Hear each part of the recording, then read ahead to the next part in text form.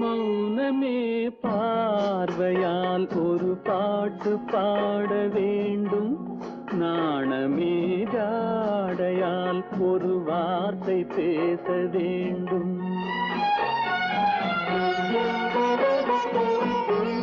மௌனமே பார்வையால் ஒரு பாட்டு பாட வேண்டும். நாணமே ஜாடையால் ஒரு வார்த்தை பேச வேண்டும்.